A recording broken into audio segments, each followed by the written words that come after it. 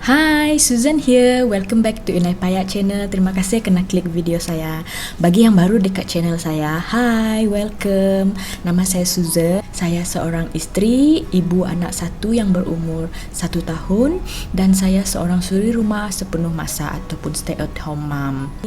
Channel saya adalah berkaitan tentang cleaning, organizing, haul. Sometimes saya share tentang motherhood journey saya. Dan Inai Paya adalah gabungan untuk Inai yang bermaksud ibu dalam bahasa Kayan, dan juga Paya adalah nama anak perempuan saya. Terciptalah Inai Paya channel. Okey, kalau kamu orang suka konten macam ni, boleh consider subscribe, okey? Video kali ini adalah bahagian ketiga, iaitu sambungan di mana saya declutter saya punya store. Bagi yang belum lagi tengok part 1 dan juga part 2, anda boleh refer dekat description dekat bawah. Saya akan sertakan dekat description box. Tanpa kita membuang masa, mari kita teruskan dengan video kita dan habiskan episod decluttering project saya untuk store. Ini update keadaan store saya sekarang sudah clear, sudah dibersihkan untuk part 2 hari itu. Dan part ketiga adalah di mana saya atur semua barang dekat luar ni masuk semula ke dalam store. Saya gunakan nota kecil ni untuk saya label setiap barang yang ada dalam setiap kotak. Saya gunakan kotak untuk bahagikan barang-barang saya yang ada dalam store. Saya gunakan kertas kecil yang berwarna striking, at least saya boleh nampak label dia di setiap kotak. Kertas kecil yang saya gunakan ni sebenarnya adalah sticky note, dan saya tulis as detail as possible setiap apa yang ada dalam setiap kotak untuk memudahkan saya mencari barang itu kemudian. Lepas tu saya letakkan sticky note ataupun nota ni di sebelah kanan setiap kotak supaya dia nampak seragam bila dalam store nanti.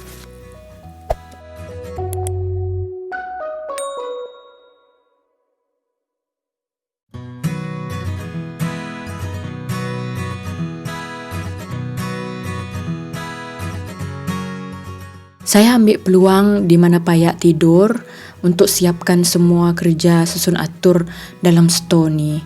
Dan saya sangat beruntung sebab kali ni dia tidur agak lena dan saya gunakan sebaik mungkin masa yang ada untuk settlekan. Sebab saya sangat rushing nak siapkan sebab suami saya kena pakai bilik ni untuk study online dia. Semasa declutter dan juga susun atur barang dalam store ni, saya gunakan barang seadanya saja untuk kegunaan semasa projek ni. Sebab masa ni sebenarnya saya tak banyak kotak dan saya gunakan pembalut lampin Payak yang dah habis, yang kosong untuk saya bahagikan barang saya di dalam store. Kita tak perlu tunggu semua barang lengkap untuk kita mulakan projek declutter kita. Asal saja kita ada niat, pasti kita dapat buat.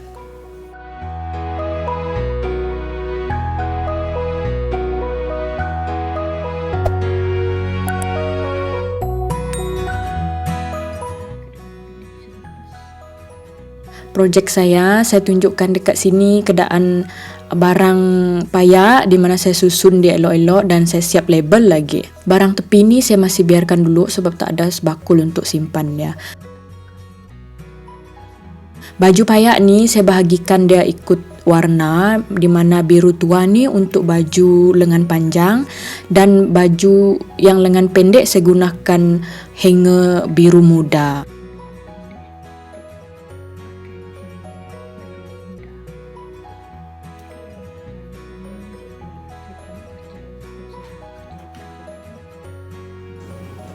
Kita flashback sekejap, tengok keadaan store sebelum saya declutter sebelum ni.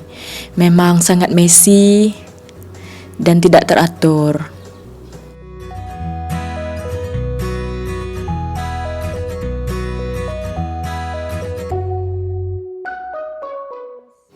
Kemudian tada, selepas declutter nampak tersusun sikit dalam store ni. Sangat lega saya melihat dan juga senang untuk saya masuk. Sebenarnya dekat sini saya plan untuk letak penggantung, tapi saya tak jumpa penggantung yang budget punya harga dan malaslah saya nak beli. Kalau anda lihat dekat setiap kotak ni, hampir semua kotak saya label. Even dekat empty box pun saya label sekali supaya saya tahu dalam dia kosong. Dan ini saya close up sikit dia punya detail-detail apa yang saya sertakan dalam sticky note ataupun nota kecil saya. Saya cuba sedaya upaya buat dia sedetail as much as possible supaya senang untuk saya mencari barang.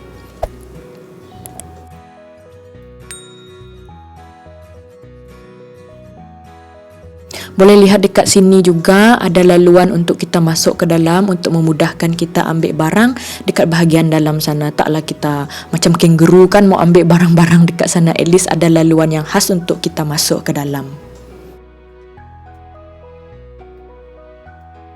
Baiklah, sekian saja video saya.